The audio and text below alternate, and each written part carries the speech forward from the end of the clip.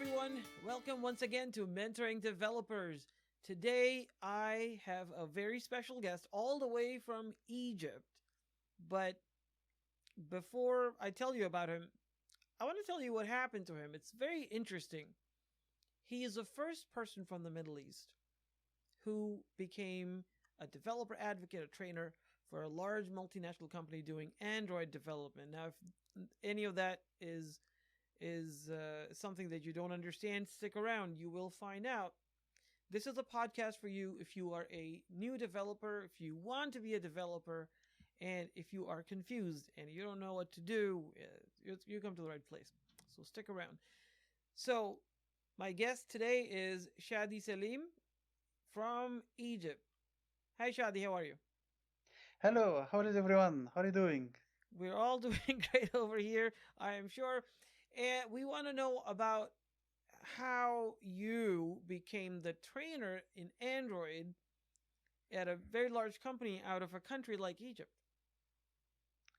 Okay, first, I believe I was lucky, and I worked hard to achieve and to reach this position, and to take this opportunity. I discovered that I have some teaching capabilities, and I have the capability to deliver information to my friends when I was in college. I used to absorb the lessons and the units and whatever it takes, and sit with my colleagues and give them how they can pass the exam, and what is the essentials part of these lessons, and that's how I discovered that I'm a good trainer. And in 2003, I took my MCT, my Microsoft Certified Trainer certificate. And since then, I believe I became a certified trainer in different training centers. And that helped me that in 2013, when there was an opportunity to be selected by a big organization in Japan, it's called OSF. It was the only organization at that time to certify Android trainers that I can deliver my certificates and my proofs that I have a long experience in training and also a good experience in Android. So they passed, they gave me a big test, online test, and they examined me and they saw my certificate, and that was fascinating to be the first Arabian and the first Middle Eastern and the first African to be selected by this big organization as a certified trainer at that time. That's great. And then after that, you went from position to position and strength to strength, and now you are doing great work. We're doing some evangelism, and you have been selected as a Google speaker, and you've been around the world speaking. So we want to talk all about that. But I'm really excited that you could join us today. But I want to Thank you. understand why you were interested in this field. Why did you want to be a software developer? Where did you learn about this? Did you want to do this as a child or something that you learned when you grew up? Okay, I believe I passed some steps till I figured out that I am a developer by the end. When I was 11 years old, I had a very old PC. It was called Sakhr, and its programming language it was called Basic. I Mm. used to go to book fairs and buy computer books about how to create games for this old PC. What was fascinating about it that I only used to copy or write what was in the books and make some tweaks, make some changes, and see if I did some changes here, what will happen, and if I did some changes there, how it will make the game different, and how it will affect the Mm-hmm. game. And I discovered that by making some small tweaks, I can make different games than they was supposed to be. But professionally, it was in 2000. I had a very good friend called Walid Yusri or Walid Fahmi. He was a very good web designer. and he was a fascinating. He used to work with fascinating tools like Photoshop, and I like these tools a lot. And I thought I might be a good designer like him, but I didn't have this capability of creating a creative thing from scratch by as a design. I can make a good animation. At the time, I learned Flash, and I started working with Flash to create some beautiful animations and created some multimedia CDs and some animated websites. And unfortunately, Flash has just died the last month at the 31st. Adobe stopped supporting it, but it says that it will keeping supporting it till the 14th of this month of January, and all the browsers did stop supporting for Flash. But it was a very good and nice time. I used to think that I am a good designer and I can continue in the field of designing till 2002. In 2002, I took this IBM diploma, a transformation diploma.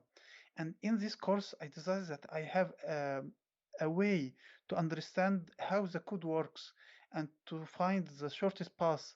And I have a very good analytic thinking that I can use in programming. And I found other colleagues, they are fascinating how I can just find a solution or solve a problem with coding in a very fast than those who were certified for or graduated from computer science and engineering faculty. Actually, I was graduated from faculty. My faculty, it wasn't technical and it has nothing to do with computer. Only my fascination just driven me into that way. So, this is a lesson to be learned by people of Egypt and also people around the world. You don't need a degree in computer science to No, succeed you to do don't. well. You just need the drive. You really need to want to do this. You like it, and you can try it, and then you get something done. Then you improve on it, and you improve on it until you're really good. And if you don't understand something, you can read books, you can go online, you can ask people, and also working in a good company, you will learn a lot about those little things that you didn't know. And a few years later, you're just as good as anybody else. So going to university is not that important in our field. And so that's really good to know. And that's how you got started. But in a lot of countries around the world, but also in this country, I'm in the US, you're in Egypt, but in most places, there is this feeling that you need to have a degree of some kind, at least. You had an arts degree, some kind of degree before you could get a job at a company. Companies will not hire you if you maybe you can do the work, but you will not get a good job. That is a feeling. Do you think that that is true in Egypt, where if you don't have any kind of college degree and you just did high school, but you can do Android programming, can you get a job easily, a good job? Okay, it depends about the experience. I started, as I said, in 2000, and I started programming in 2002. And I believe that I can describe myself as a web and mobile evangelist, and currently an mobile and Android advocate. But at that time, to build my career, I didn't sleep a lot. I took a lot of time of the 22 hours that I am awake just to study and to study hard and to upgrade myself and to learn new skills and new technologies. Uh, there was only few books that I can't find in at that time in 2002 in the book fair, and there was only two tutorial websites. One was called ecoeco.com and the other was w3schools.com. I believe Mm-hmm. W3 Schools is still there. Mm-hmm. Yep. But now you have a lot of videos. At that time, there was no YouTube. Now you can find YouTube. You can find a lot of websites that Udemy, Udacity, edX, Coursera, that you can find different materials on the technologies that you are fascinating and you think that you can prove yourself on it. So I did a lot of work, and I did study hard to reach my position. And answering your question, if now two Android developers, one was graduated from computer science or engineering faculty, and one was graduated from law school or from commerce school or from art school like myself, or even agriculture school, and both applied. The first thing that will attract those HR recruiters and technical uh, technical recruiters, that they'll look at the CV, the experience that will show from the CV, the skills that the applier did try to acquire, and the proof of these skills can be in some GitHub repository, Mm-hmm. some real projects as a freelance, Right. or even some ideas that he made and participations that he made in other companies. Mm-hmm. This will make them select easier, and that will make them either select those who are graduated from computer science or others. This will be the main thing that they look at.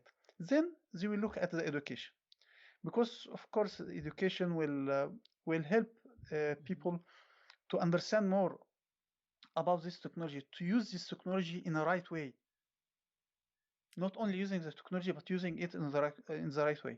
So Right. you can start studying in the technology, and you can be certified from Udacity or Udemy. You don't have to have a computer science degree. Mm-hmm. This can be another degree that can prove that you know these skills and you know the best practice and how to go to write a clean and good code. Okay. Okay. So, what are some good cities for people looking for jobs? I'm thinking now that if somebody's listening right now or watching from Egypt and they're in a small city somewhere, they want to know where the jobs are. So, I know that there are jobs in Cairo.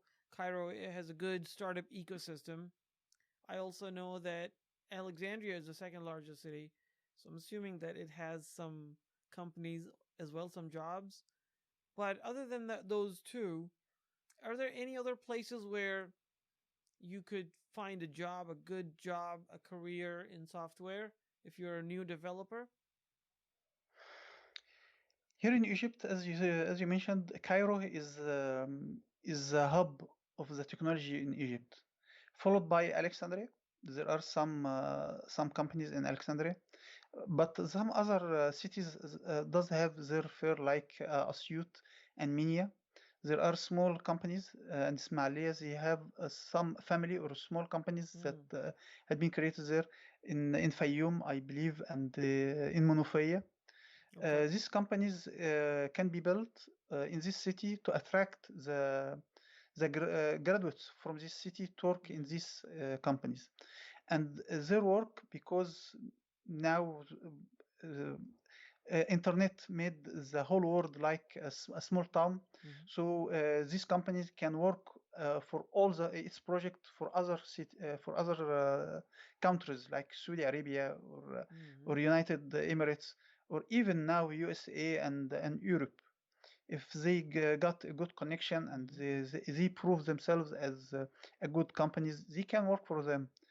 And some other companies, it's not very vast, but they exist, are startups. So it might be startup in some city, and as because the owner of the startup is from this city, so he decided to bring the right, graduates of his own city to work on his right, right. startup. And this happens all over the world. The important thing right now to understand is if you live in a small city, if you live in a very small town where you don't see many opportunities, you may still be able to live there and work because right now a lot of the work is remote. So that's a good thing. But if you are in Egypt, you can be in Cairo, you'll have more opportunities. Just like if you are in another country, you would want to go to a big city for more opportunities. You have to balance the cost of living and so on. Okay, good. That's just for my curiosity. So, what happened in your story after you started and you wanted to do programming and then you got into that? And you were able to get a job. Now, when you were working, was it a good environment for work where people will come and help you? Well, they'll say, "Do you have any problems?" Or if you were given an assignment, you go to somebody else and I have this problem. What do you think? And someone is nice and kind to you and shows you. Or did you have a situation where you have a deadline, you have to finish it? If you do it, fine. If you don't do it, maybe after a while you're gone. How was it? Uh, as I mentioned when I started, the developers in Egypt, they were not that big pool yet, Mm, and I believe in the whole world. So even when I started, there was no still Google search. I used to search either inside Echo website or mm. inside the W3 schools. I Okay. didn't know that there was a search That engine was a till long time ago. Yeah. 2004. I discovered Hasta la Vista. Mm-hmm. And yeah, it was the first search engines that can search in it in Arabic.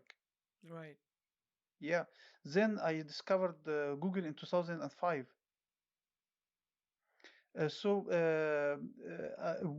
When I started in these companies, there was no one to teach me, Okay. and there was no superior or no team leader or no Ah, senior who can give me or transfer his right. experience to me. Right. So I had to learn it the hard way.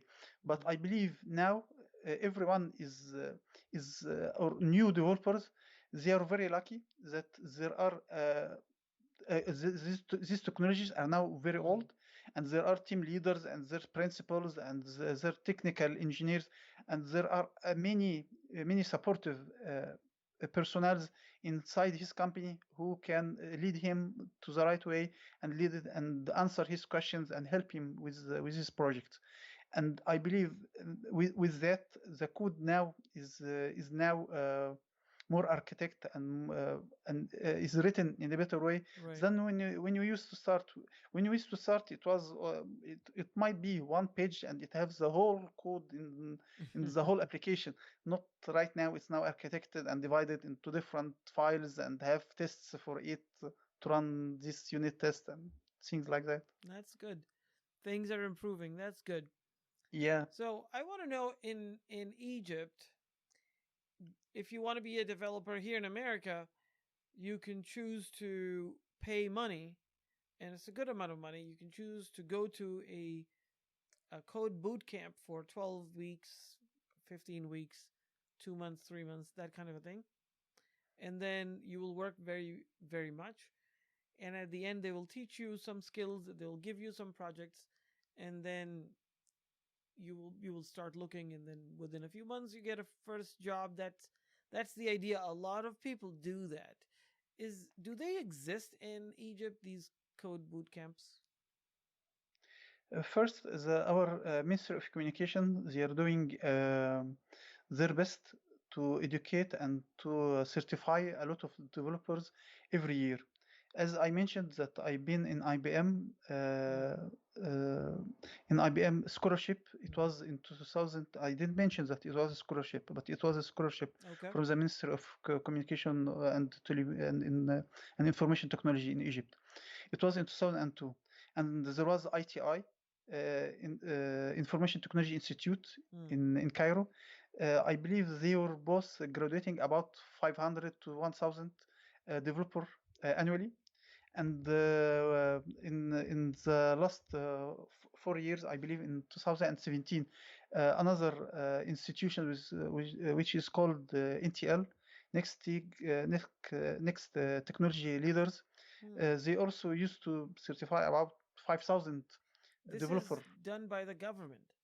Yeah, Wow. these are all scholarship, free scholarship from the free government. free training from the Yeah, government to yeah. to teach people software development and then help them get jobs. That's wow. Uh, that is impressive. Software development, game designing and development, networking engineering, data science, and a lot of other stuff. Um but also in the last 3 years, some in the private sector found that it might be good to adapt the American way of boot camping, and some start some real boot camps, Mm, and they are now either growing or dying because of the corona. right. Remote boot camps is now, I believe, is now taking Right. the hits, because it's now can give a real knowledge, Mm-hmm. and it's can now use the technology, because now the infrastructure of the internet, Right. it's way better than also Yes.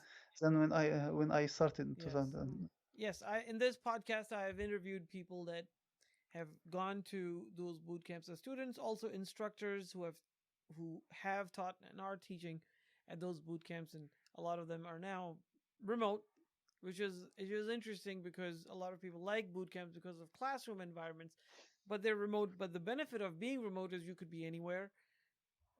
There was a long time ago you had to be in the San Francisco area or the New York area if you wanted to go to boot camps. Now you could be anywhere.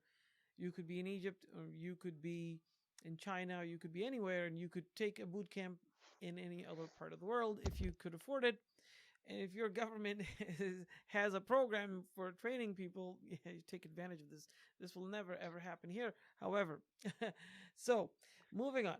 So The most problem with I believe with with this string was the commuting, and I believe the commuting is remote, a big yeah, problem, and I believe, and yeah, it's a Cairo very big traffic. I problem. could imagine. Yeah, of course, Cairo traffic is the worst, I believe.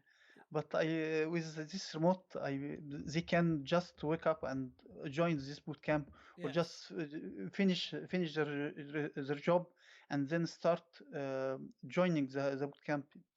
It won't affect. I remember you said something about when you started, you were studying 22 hours a day, 22 hours. You were sleeping Yeah, 2 hours. yeah. For how long did you do that? I believe for about 3 years, from three It to is 4 years. impossible. I know Um, people who have told me that. I never believe it because a human body needs sleep. So, my body was young. okay. Okay, well that's exceptional. To just um, to work that hard. Well, I'm impressed. Okay, so now after a while, you were working on your own because you didn't really have somebody to train you because you're one of the first professionals in this field in your country. You're a pioneer, but that comes with the territory. You have to learn things. You have to make your own mistakes and so on. So after that, um, obviously you didn't have any mentorship. Nobody was there to mentor you. But now you are in a position where you can train people.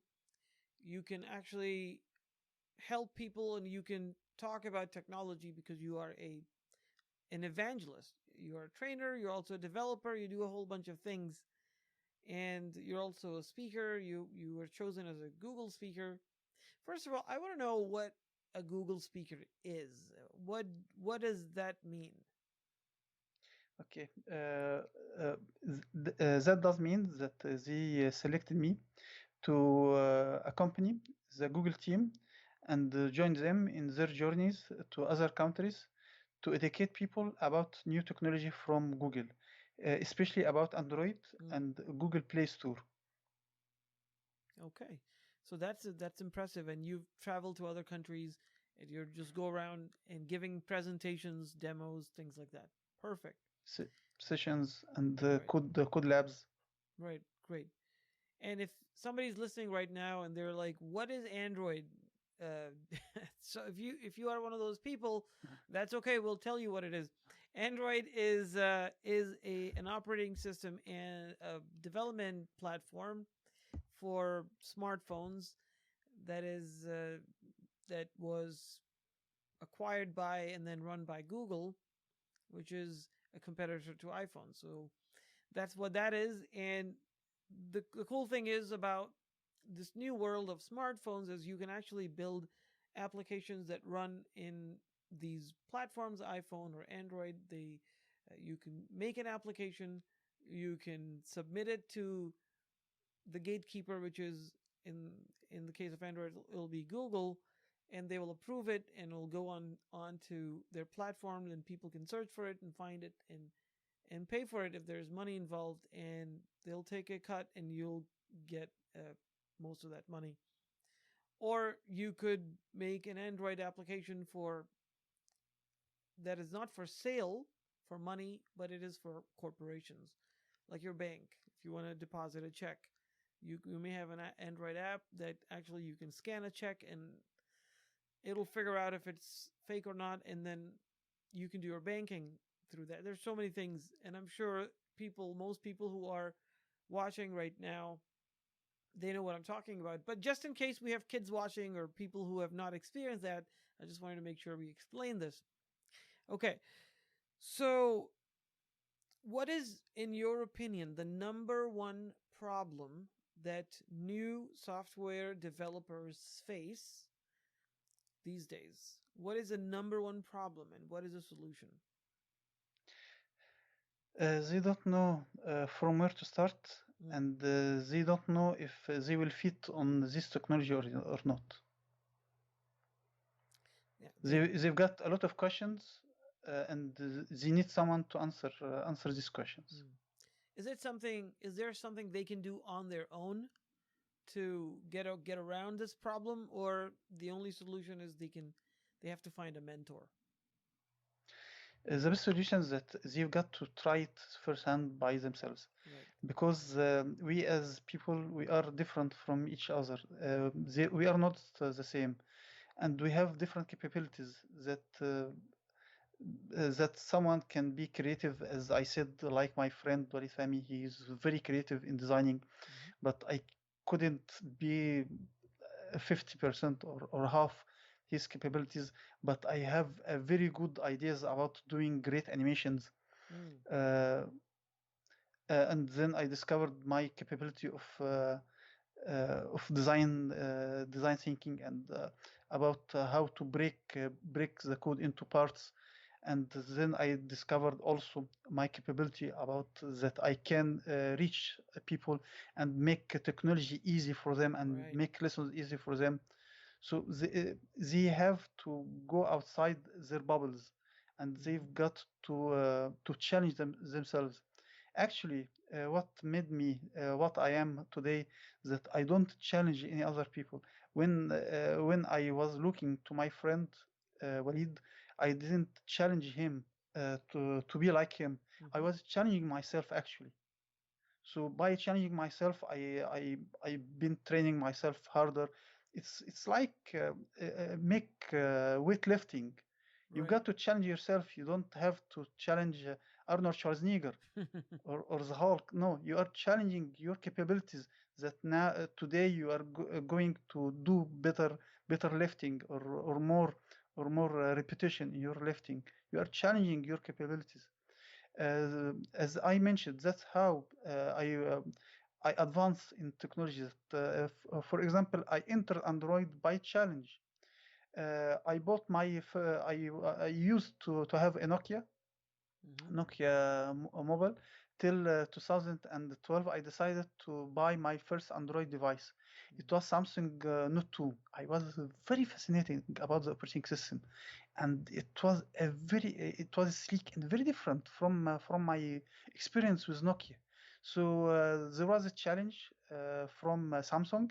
It was called Samsung Intellect Challenge in the Middle East, and I challenged myself that I have to provide and to apply and supply this challenge by my own code, with no prior or with no help in learning Android.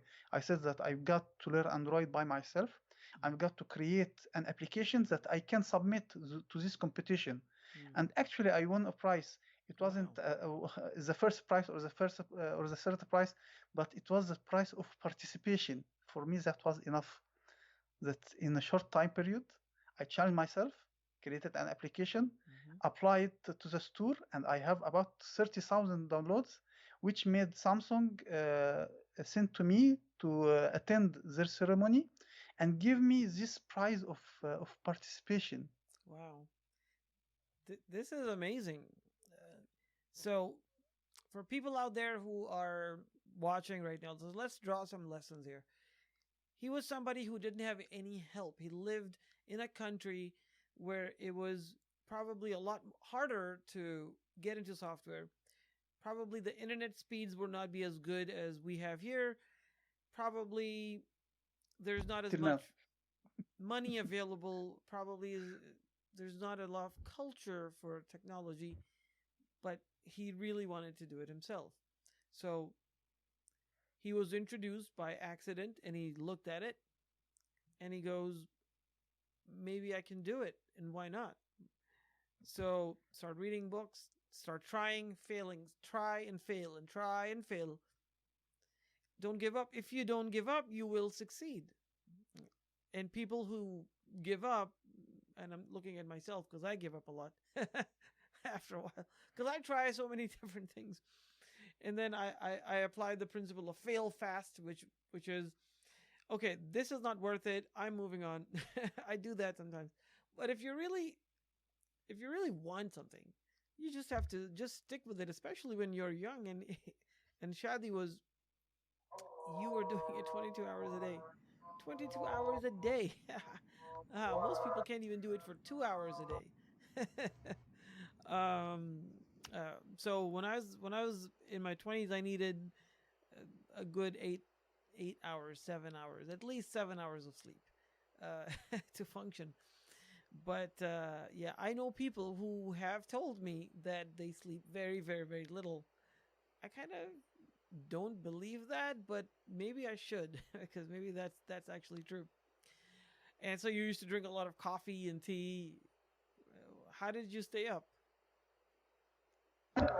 Only by challenging myself that I shouldn't sleep till I finish this code Yeah. or fix this problem or learn this part for tomorrow. Did you drink a Uh, lot of coffee as you were doing it? Actually, I don't like coffee or tea. So no tea, no coffee, no caffeine. Just awake, just because No. you're like, I have to do this. Yeah, because I don't like to be dependent on other materials I that am very yeah, impressed. I don't like to be addicts. I don't like No, to be dependent. I don't want to be an addict myself, but I just can't do it. Well, that's good. That's good to know that you were able to do it. Now you come to a place where you're in a position of influence. It's easy now, and you're going around teaching people. You're also coding some, so you're getting the taste of everything. The first question I want to ask you before we close is why did you pick Android? Because okay, Android, you had the challenge, I get that, but why did you stay in Android? And why didn't you say, okay, I've done this, let me do something else? Maybe I'll do iPhone development, or maybe I'll do web development in Java because Android, I'm assuming you use Java, so you can say, okay, let me do this other thing in Java, and I'm just tired of doing this Android thing. Why did you keep doing it? It's nice that you mentioned Java. Actually, when I started Android, was one of my biggest challenge to learn Java because my experience was in .NET Ah, and some of PHP. I have no prior experience, zero experience in Java, so it was the toughest thing to start Android. And actually, I hate Java till today, and I am very glad that Google and the Android team they selected Kotlin. I like Kotlin a lot, and I oh, hate so Java from that's my good. heart. Well, that's tough uh, to be an Android developer and hate Java. yeah, it was very tough. Hmm. It was an internal fight daily. Should I really do? I really have to write Java? Yes, you do. To finish this project, you do. So it's I selected Android actually after 12 years of working on web with .NET technology, and I was a senior and a manager, and I thought it might threaten my futures to make this transfer or this could this career change Hmm. after 12 years of experience and Okay. being a manager and team leader and start from scratch as a junior. But I thought that it's nice and it's the opportunity either now or never, because I read an article that on 2014 I'm saying that it was in 2012 that in 2014 more than 50% of the search will be from the mobile. That means that the mobile will be the main, Mm-hmm. not the desktop. That means that if I made an application today, it will be featured and it will be very important. And I've got to start today to be one of the leaders and Okay. the first movers. So I decided to start and to make this career transfer and this career change into a mobile. Why Android? Because I bought Samsung. I don't buy iOS, Mm. and at that time I had and I still have a Windows machine, so it's easier for me to code Android in on any machine. Right. But for creating iOS application, I got to have a Mac, That's and right. I have no prior experience with Mac, and I had don't have iOS, so I believe it was only fate that decided that I Mm. go with Android. But when I started working with Android, I decided not to be any other developer. I got to study hard and to do myself. And I do that with every technology that I learn. That I first learn the technology, work with it, then get a certificate to prove my experience. Because when I started, some was doubtful. Mm. How can we just trust someone who been educated or graduated from art school to Mm. work on mobile and be a senior or even a team leader? So I got to take the certificate to prove Right. my capability and to prove my knowledge. I even took my master. I got my first master degree.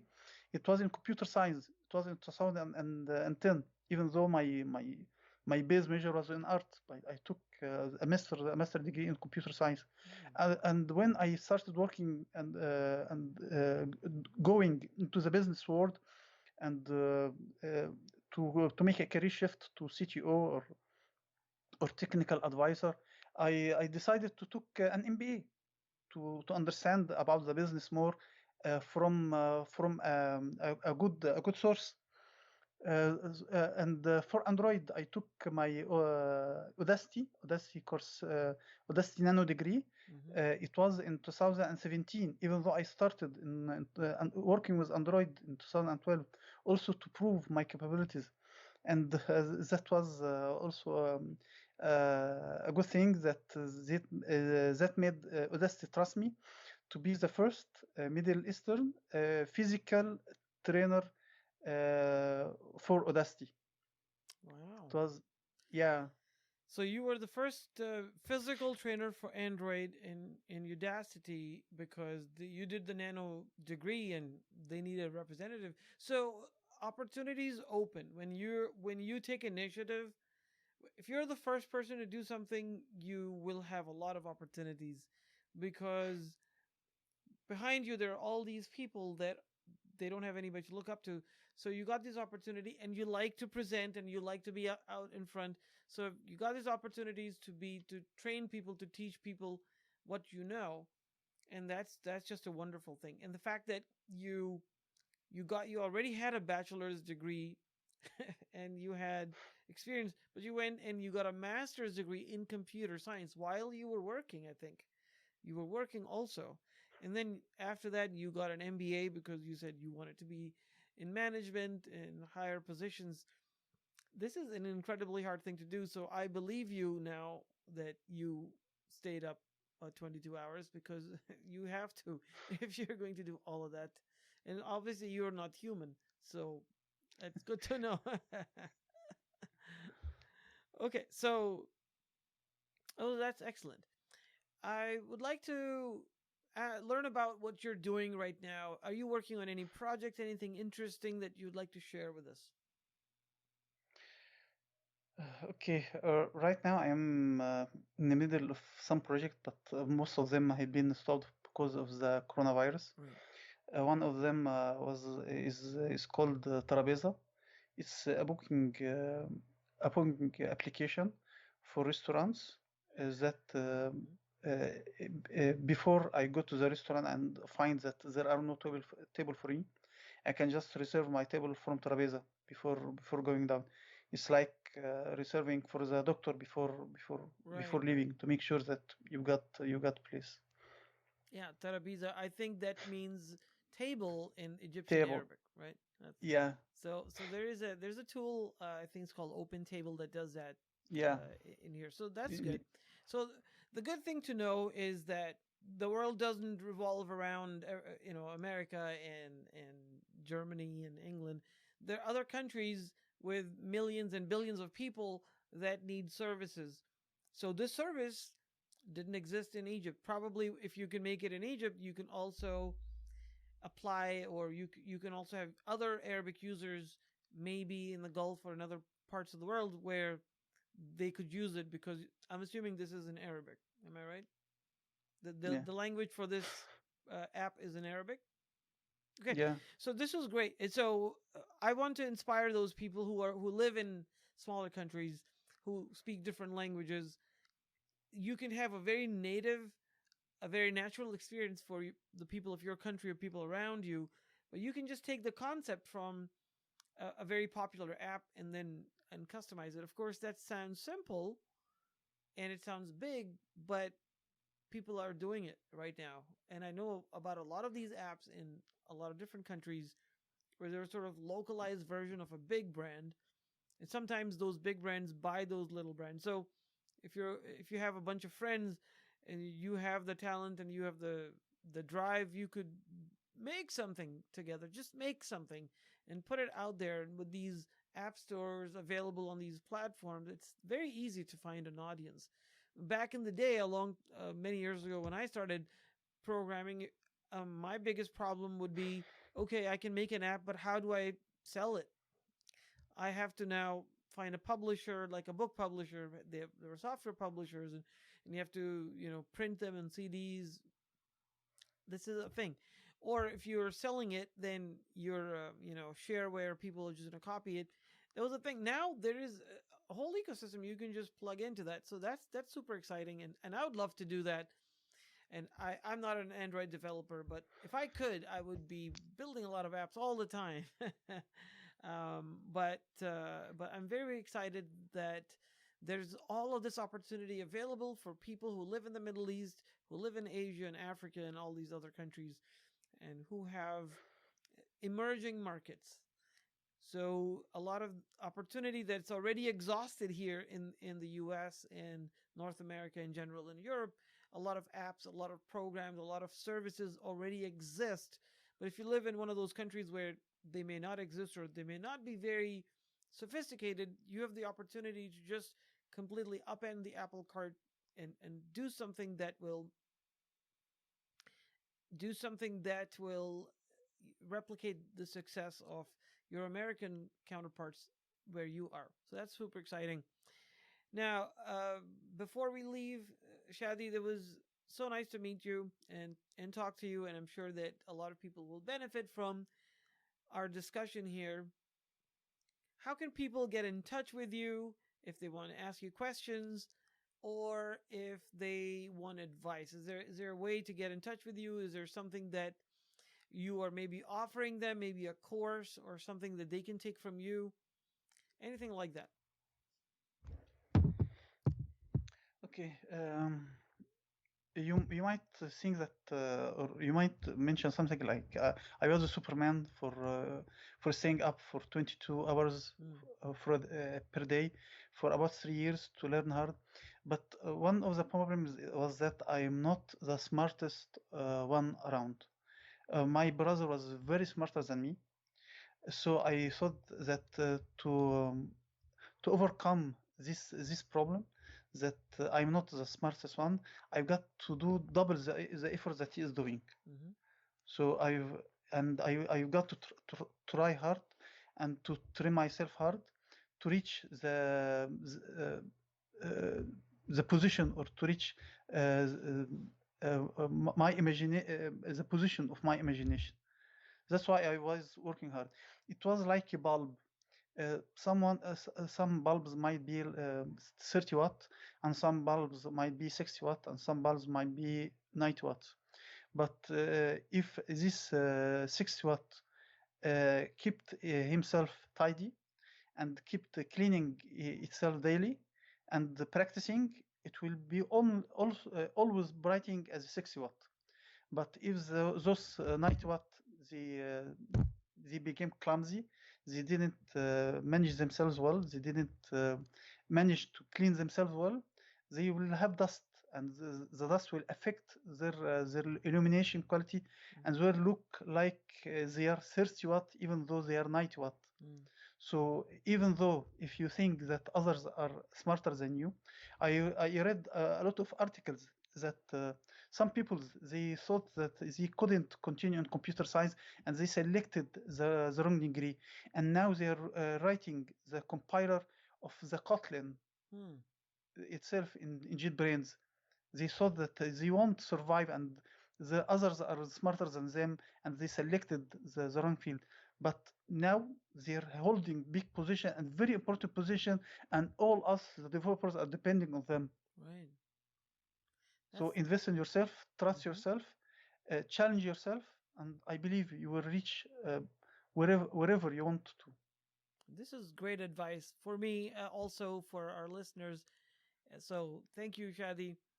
How can people get in touch with you? I believe through LinkedIn, my LinkedIn account Okay. is always on. Very good. So I will have the link to his LinkedIn account in the description of this video, and also let me show you where people can contact us. This is going to be episode 93. So naturally, you go to mentoringdevelopers.com/episode 93. It's on your screen right now. You can email us at mentoringdevelopers.com. Ask me questions, and if you have questions for Shadi, I can pass it along. Or if you are not sure about this whole Android thing, what is this Kotlin business? Because we didn't go into that. It's a programming language, which hopefully is much better than Java. But to be honest, I've never looked at Kotlin code. So, and I know somebody else. I just recently interviewed Rob Joseph from the UK, who's also an Android developer, and who told me about this. But the way he said it, I couldn't understand it because of his accent. I couldn't understand what he meant. Of course, I know what that is because I've heard this word a lot, never seen it. If you want, I would love, Shadi, for maybe at a later time, you come back on this show and give us a little demo of Kotlin and show us maybe Sure. how to get started, and maybe you can help me get started because I don't know, I'm a beginner. Maybe you can teach me a little bit and I can ask you questions, or maybe I can do it, or maybe you can do it and we can watch you. One of the things, hopefully we can make this happen sometime. Sounds good? Okay, sure. Anytime. That is fantastic. You say the word. Okay. Thank you for your time. I know that it's pretty late or early. I'm not sure over there in Egypt. Probably very, very late at night.